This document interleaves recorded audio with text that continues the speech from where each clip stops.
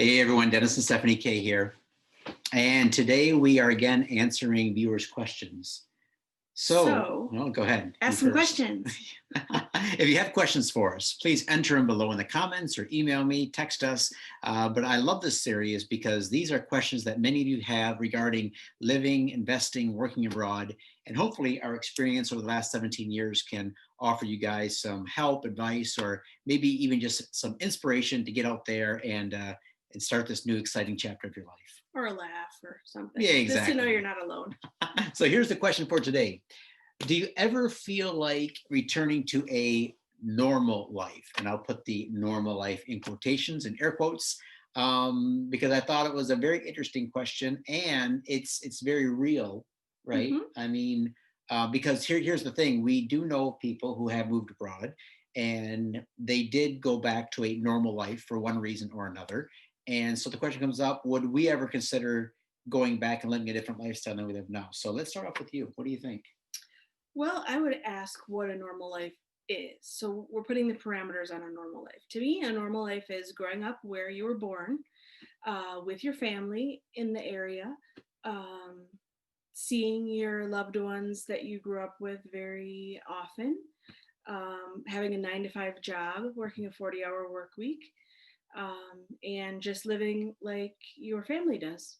Would you say that's the case? Yeah, it depends on where you live, right? I mean, some people's families have that type of lifestyle. I guess to me, a normal life would be like, for example, for us to move back to the States, to kind of get set up shop again. You can say in a certain city. That might not be Michigan, where some of our families from, or other states, but even to go to some state that we never been to before, and just sort of buy a house, get a job, get a car, get a dog, and just like have that same routine that a lot of people enjoy, right? I mean, Oh it yeah, offers some it's normal. security. Yeah, Yeah, yeah. it offers security, and people like that sort of lifestyle, obviously, to living We in. did.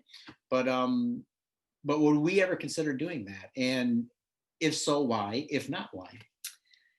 I have one thing to say that might be a little surprising.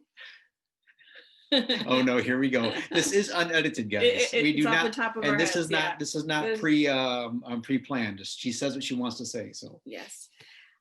Reverse culture shock is a thing.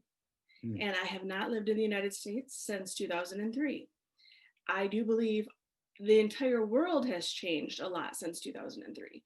So when we first lived in Belize 17 years ago, when I would go back, on vacation, just looking at Target and all of the different shampoos, I had a much smaller but reasonable amount of shampoos in Belize.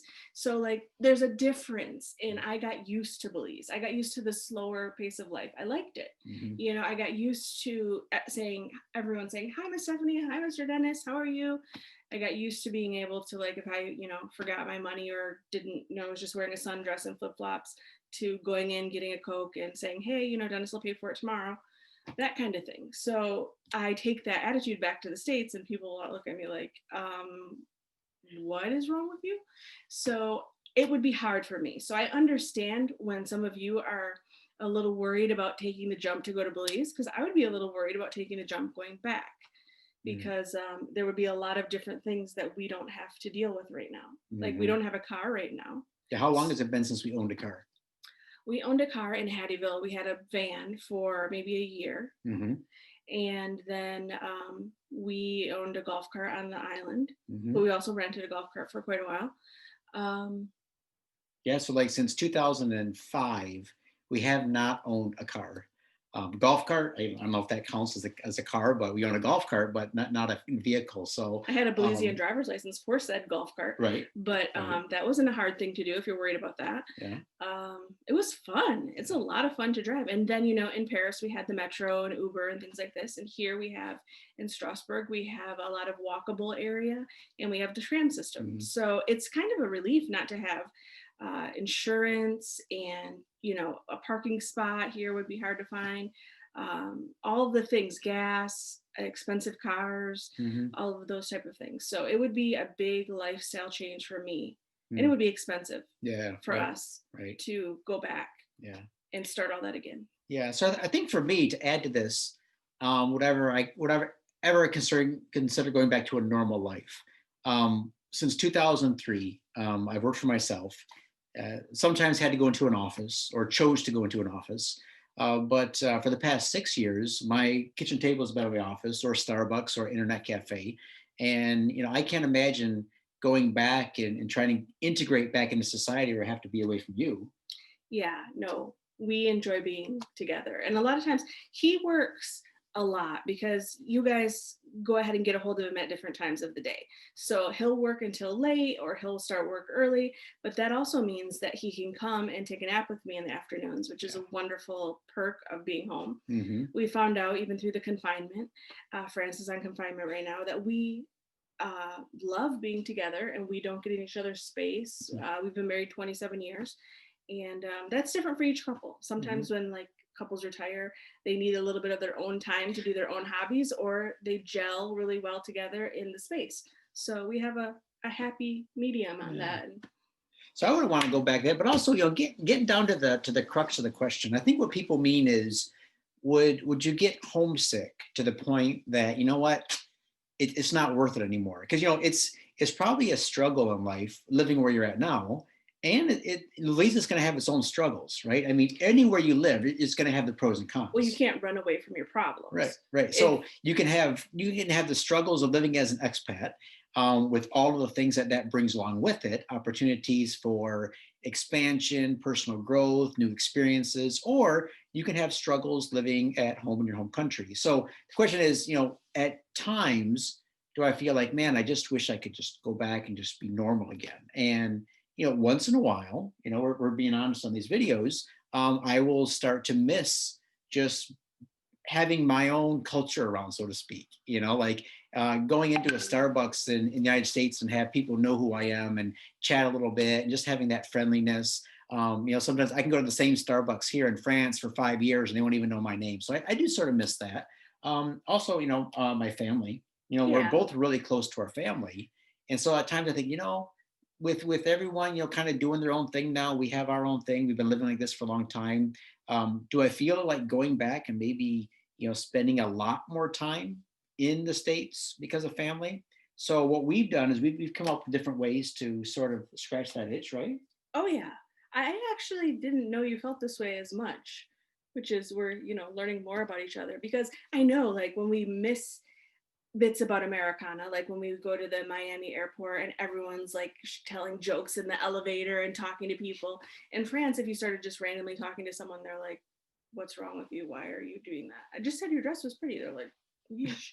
So yes, I do miss some Americana, but I scratch that itch the Mhm. way that we do. Yeah. I don't want to do it 24 hours a day, 7 days a week. Yeah. I mean, I enjoy the culture that I was born into. It's amazing. I hope that I give a little bit of that around here. We are making sloppy joes, Hmm. just Hmm. different things that we grew up with. Hmm. We incorporate in our lives where we are. And I think the main part of that itch, and also I have to say, this wasn't your dream. It's true. So I It think is that's now, why but it it wasn't at isn't, first. it was not his dream. We got married and I said, I want to live outside the United States. And he said, No way. never, I will never live outside the United States. The United States is amazing and I have all my family here. And why would I ever want to leave? And I guess to make my dreams come true, There we you go. changed your mind. So when I start to feel like a little homesickish and feel like doing something with family and friends, all we do is we plan it, right? We Yeah. plan those, and it's not like going back and just kind of living again in the States. So we don't need to do that, but we do spend incredible quality of time. For example, just before the shutdown happened in last February, we met my parents in Las Vegas, had an incredible time there. So we went to the Grand Canyon.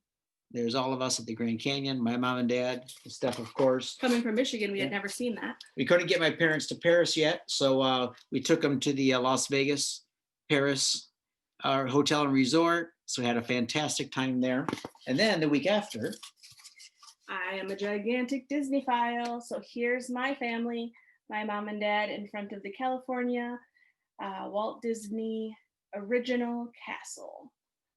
So we were able to stay at the Disneyland Hotel, and I checked off my sixth Disneyland, and I've been to all the Disneylands around the world. You really do make my dreams come true. I do. And here we are at California Adventure. So just because you don't live with your parents in the same, I don't know, what's the word? I forget about it now. Zip code. City. Even though you don't live in the same zip code, doesn't mean you're not bonded and very, very close. I write my parents every single day an email. And I can tell you in the past 17 years what I've done that day. If I just go on my Gmail and be like, I don't know, April 22nd, 2004, I'll be like, oh yeah, I told my mom I had this for dinner and we were getting ready for this trip or we were doing whatever. Mm-hmm. And lately he Yeah. makes fun of me because, we are in historic times. So he's like, oh, you're writing your dear mother and father. Today, during the global pandemic, we have had for dinner, and because, we keep in contact. We love each other a lot. You can't sever the bonds. It's, I guess the umbilical cord lasts all the way over. And so here's the deal. When we consider this, where you should sort of base your life out of. Okay, you could base your life out of the United States or Canada, all right, or some country in Europe, and then that is your life 90% of the time. And then you plan these trips, these short vacations, these jaunts abroad, these little exploratory things that really make you feel alive and just add so much richness to your life. Or you could do what we're doing, was base your life 90% of living somewhere that excites you, that offers opportunities to learn and grow and experience things. And then the 10 or 15% of the time that you do want to go back and spend with family, friends, loved ones, give you a little taste of home, you can do that. And that becomes the flavoring, the spice. So, to answer the question, would I consider ever moving back at this time in my life? No. I'm having way too much fun. And also, I read an interesting article about an expat who had lived abroad for all of his life. And now he was in his 60s and he was living in Taiwan. He had lived in Taiwan for about the last 10 years of his life. And the question came up, it said, would you ever consider leaving Taiwan to go back to the United States? And now that you're 60, because there's a little bit of a conception, misconception that once you get older, to retire, you want to, yeah, when you retire, you want to come back home. But we know a lot of our dear friends are in their 60s, 70s, even 80s who have moved abroad and they're still living abroad. They have no plans to return home. Unfortunately, we've had friends die while they were older, and Mm. we were there with them through the hospital visits, Yeah. and they were well taken care of by their new immigrant family, Right, so their right. expat family. Yeah, So he was from Africa, but we're from America, but we became family. yeah, So someone, your community takes care of you, yeah. and we don't have children, No. so Going back to my story about the expat was living in Taiwan, they asked him, would you consider moving back to the United States? And I think he was from like North Carolina. And the answer he gave was really interesting. He said, I'm 65. If I were to move back right now to North Carolina, he says, I'm just another 65-year-old retiree in the United States. I'm nothing special. Nobody wants to hear my stories. Nobody cares about me. I'm just another guy. I'm just another American guy living in North Carolina. Dime a dozen. Huh? Yeah, right. They're all over the place. He said here in Taiwan, he says I'm the odd guy. I'm the 65-year-old American guy who learned how to speak Mandarin, and now I'm living in Taiwan. And he said, it might be superficial to some people, but that made him feel special. It makes me feel special. I like being the odd one out. Yeah, yeah. And then I like seeing the other odd ones, and we kind of click because we're a little different. Yeah, exactly. So you found your tribe, right? Yeah. So if you're thinking about doing something like this, you got to understand that when you move to a different country, you were reading something the other day about how long do you have to be somewhere to be considered Parisian. Yeah, Parisian or Belizean. Guess what? You know what? You can spend your whole life in Belize. You're never going to be Belizean. You're going to be accepted, but you're not Belizean, right? You're an American, you're Canadian, you're European. But that is part of it. That's part of the experience. Right now I'm living in France. I don't want to be viewed as a French person.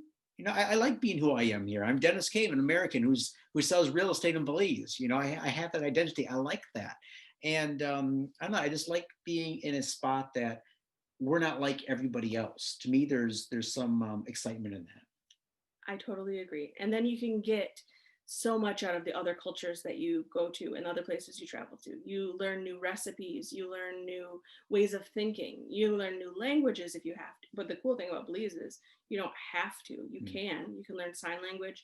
You can learn Garifuna if you want. You can definitely learn Creole, which is an amazing cultural awesomeness of a language. mm, So, but you don't have to. You can, right.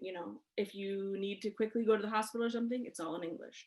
So that was really comforting for us. Yeah. So Belize, it's been described as moving abroad Light. with training wheels on. Yeah. It's like when you learn how to ride a bike Yeah. because they speak English, it's friendly, immigration is easy, It's a owning real 2 hour, estate is easy. flight to get back to Miami. Right, right, exactly. Belizeans, love Americans. Americans love Belizeans. It's very Welcoming, comfortable. more Yeah. comfortable. Yeah, Yeah. yeah, Both ways. yeah, So, exactly. So, yeah. well, there you go. So I think we answered that question. Do you ever feel like going back to a normal life? I think the resounding answer is no. I am not normal. So No, exactly. it would be boring for me to be in a normal life. You But create your own normal, yeah. and we're having the time of our lives. So hope you guys are too. Hey, listen, if you want to hear more from us, if you like this, go ahead, subscribe at the little icon below, and you'll be getting our regular videos that we post. We try to post one video every day or two. Sometimes it's real estate related, sometimes it's answering questions like this, sometimes it's just about lifestyle, Belize, immigration, tax, all these kind of things. And we're just here to help you to maybe make that next move in your life and see how you can reach out to live your dream. Yeah, sorry for boring you a little bit. I just believe that if you buy something from this guy, you should probably know something about this guy. There you go. So maybe we should, tell you some of our backstory so you know who we are. And then when we have a drink together in Belize, you'll know a little bit about us and you can tell us about you. Sounds good. See you guys soon.